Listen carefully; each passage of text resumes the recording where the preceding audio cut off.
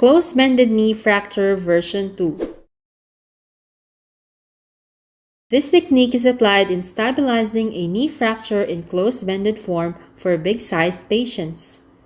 It involves two rescuers, the second rescuer to assist in stabilizing the injured limb, and the first rescuer to apply the bandages and splints. There is a need for 4 cravats consisting of 2 semi-broad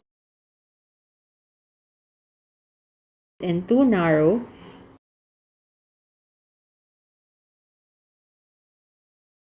and 2 batted splints. Step 1. Prepare all the needed materials. Step 2. Check for pulse, motor reflex, and sensation. Step 3. The second rescuer applies manual stabilization. Step 4. Tie ends of 2 semi-broad cravats using a square knot.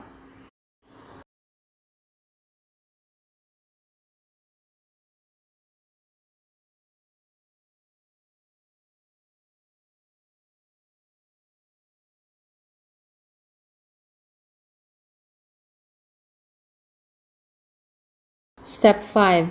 Insert the bandage horizontally with the knot at the back of the knee until one end is at the inward and the other at the outward.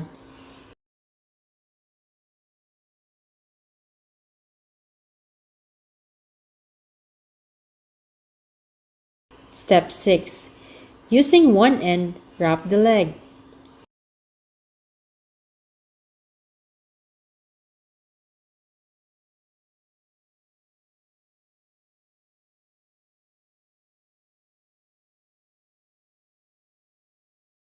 Step 7.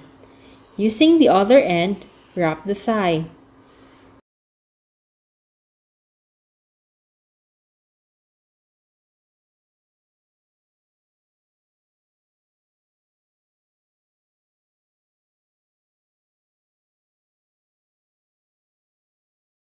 Step 8. Pull 2 ends together and make a square knot.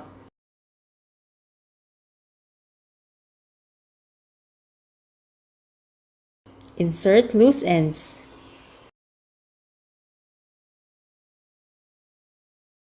Step 9.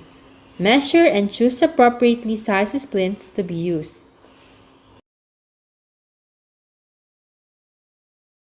Step 10. Bind 2 pairs of narrow cravats at the ends using a square knot, 1 pair at a time.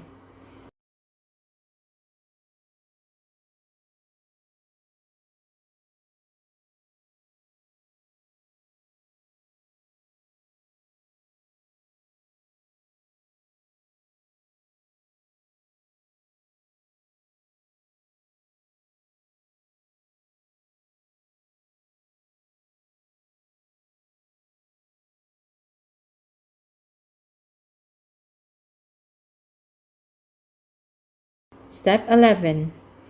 Insert together the 2 pairs of narrow cravats underneath the knee with the knot positioned directly under the folds of the knees.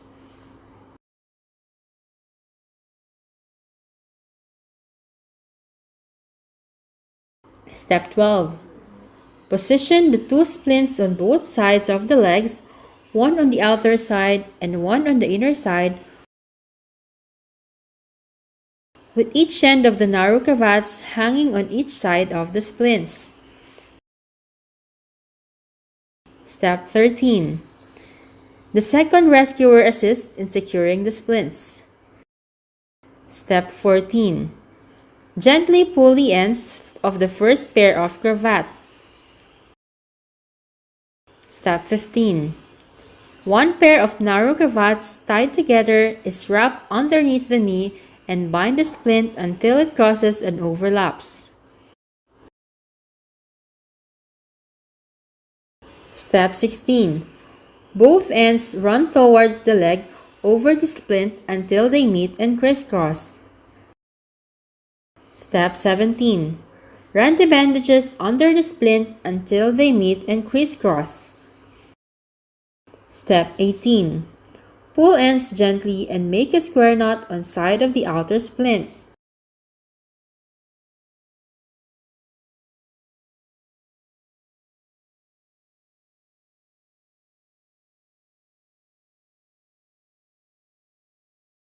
Insert loose ends.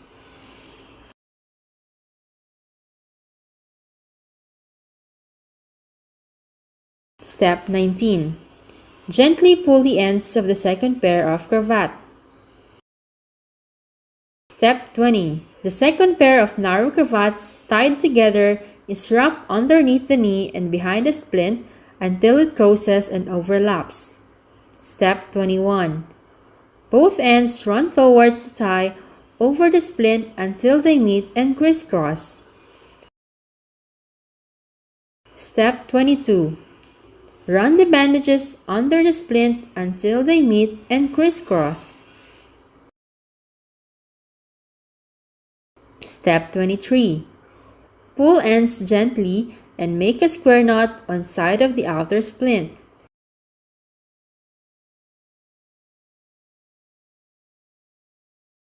Insert loose ends.